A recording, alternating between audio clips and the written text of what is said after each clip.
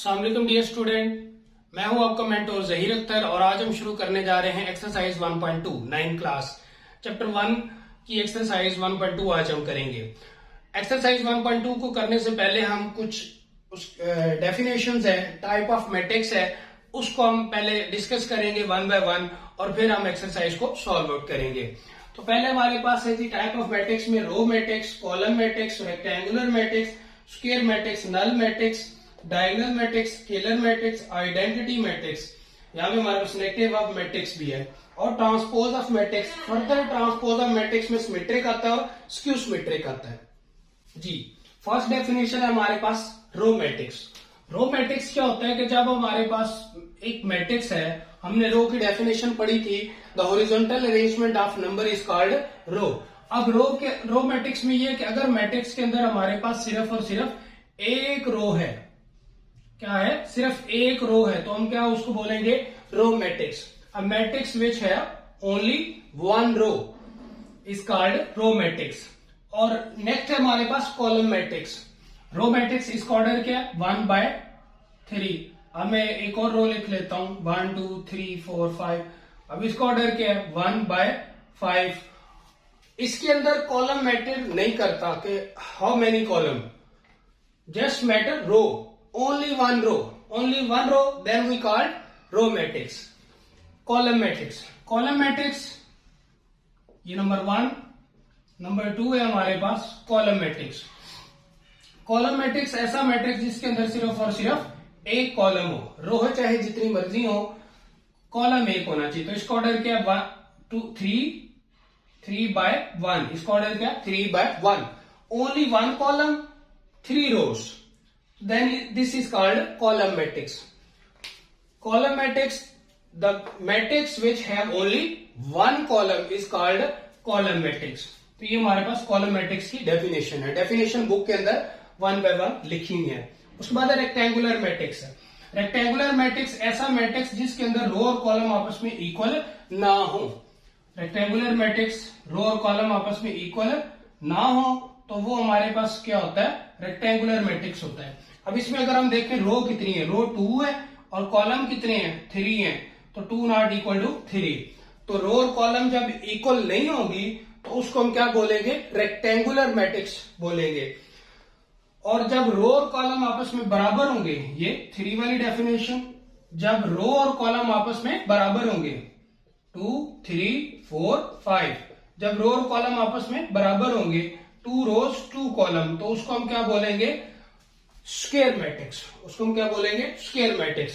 A matrix in which row and column is equal, then this matrix is called square matrix.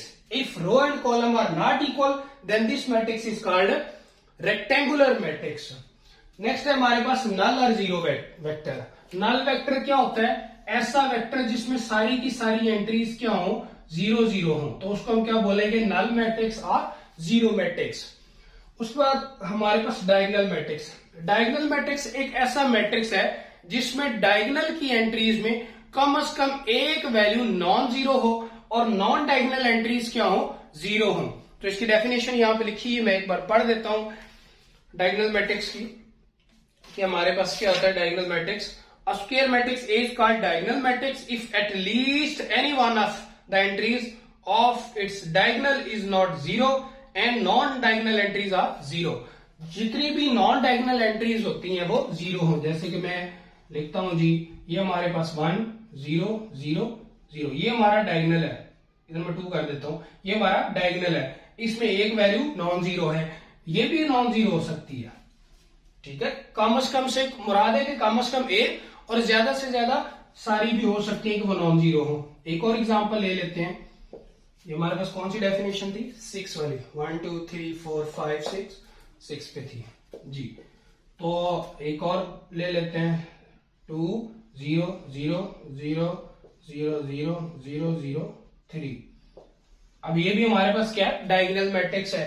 ये हमारा diagonal है, main diagonal, और ये बाकी जितनी भी वैल्यूज है ये सारी नॉन डायगोनल है, तो इसको हम क्या बोलेंगे, डायगोनल मैट्रिक्स।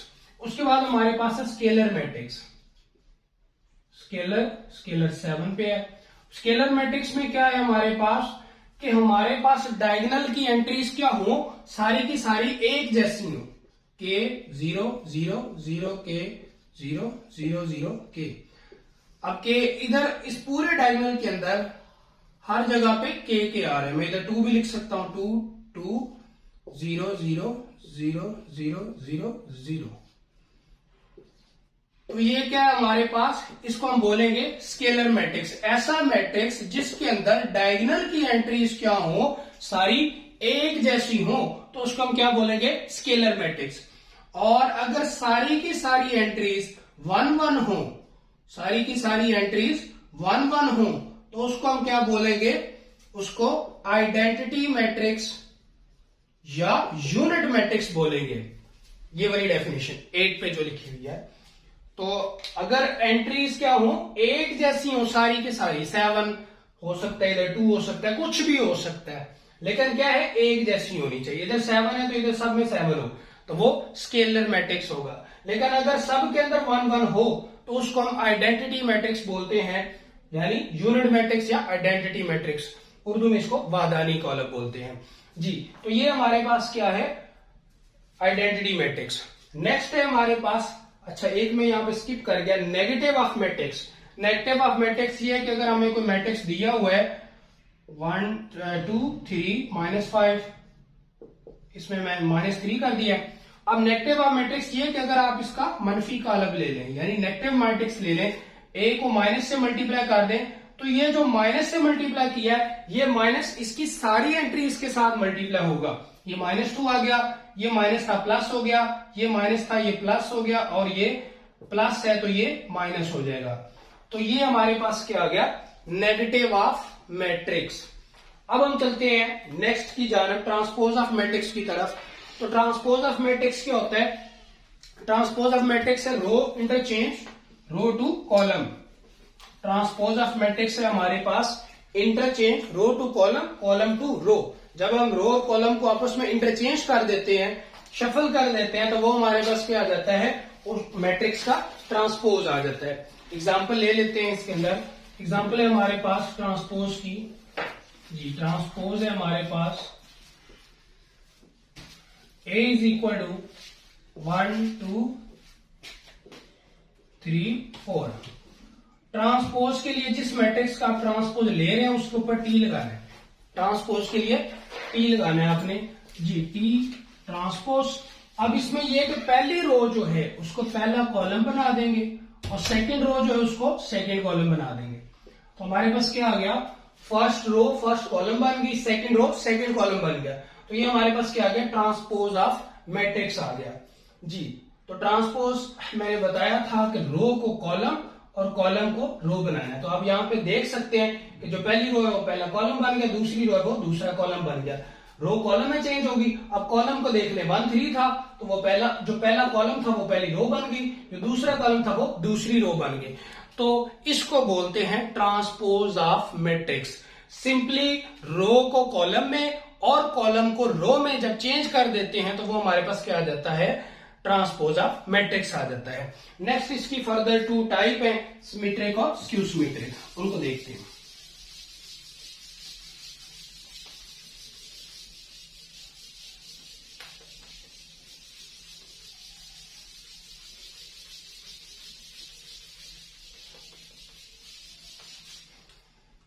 जी, सिमेट्रिक में क्या है हमारे पास, सिमेट्रिक ये होता है कि ए का ट्रांसपोज लें तो वापस हमें ए ही मिल जाए। ए ट्रांसपोज लें और ट्रांसपोज के बाद ओरिजिनल मैट्रिक्स ही आ जाए दोबारा, तो उसको हम क्या बोलते हैं, सिमेट्रिक मैट्रिक्स बोलते हैं। जैसे मैं लिखता हूं 2 2 0 0, इसका ट्रांसपोज लेते हैं, at is equal to, transpose लें, फर्स्ट रो को फर्स्ट कॉलम बना दे, सेकंड रो को सेकंड कॉलम बना दे। तो ये चीज किसके बराबर आई है, A transpose is equal to क्या आ गया, ए के ही बराबर आ गया। तो हम कहेंगे कि ये हमारे पास क्या है, सिमेट्रिक मैट्रिक्स है।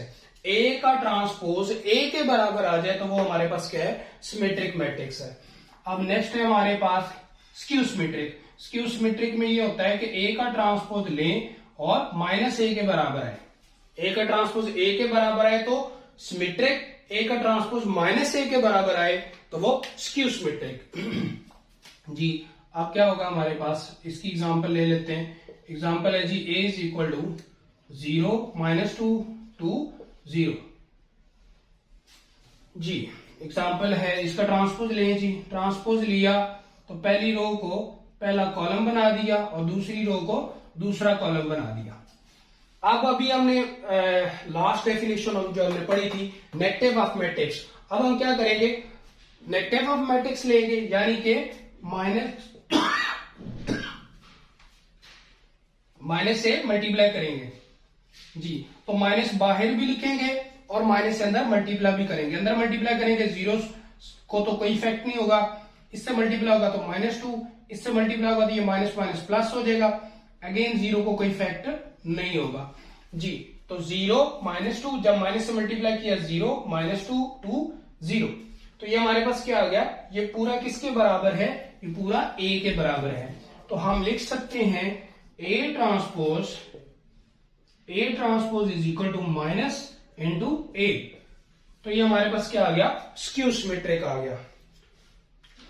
तो A transpose is equal to minus A, तो इसको हम क्या बोलेंगे, स्क्यू सिमेट्रिक। तो ये ट्रांसपोज की सेकंड टाइप थी। तो ये सारी डेफिनेशन जो है ना, ये एक्सरसाइज के अंदर यूज होनी है, 1.2 में ये सारी यूज होनी है। तो इसलिए सबसे पहले आपको डेफिनेशन याद करनी चाहिए, और ये डेफिनेशन एग्जाम में आती भी होती है। एक डेफिनेशन या दो डेफिनेशन कभी ना कभी हर एग्जाम में, हर आने वाले एग्जाम में, जब भी 9th के पेपर होते हैं तो उनके अंदर 1-2 डेफिनेशन लाजमी पूछ ली जाती हैं। तो इनको आप अच्छे तरीके से याद करें, और फर्दर अगर आपने एक्सरसाइज को हल करना है तो एक्सरसाइज को हल करने के लिए भी ये सारी की सारी डेफिनेशन यूज होंगी।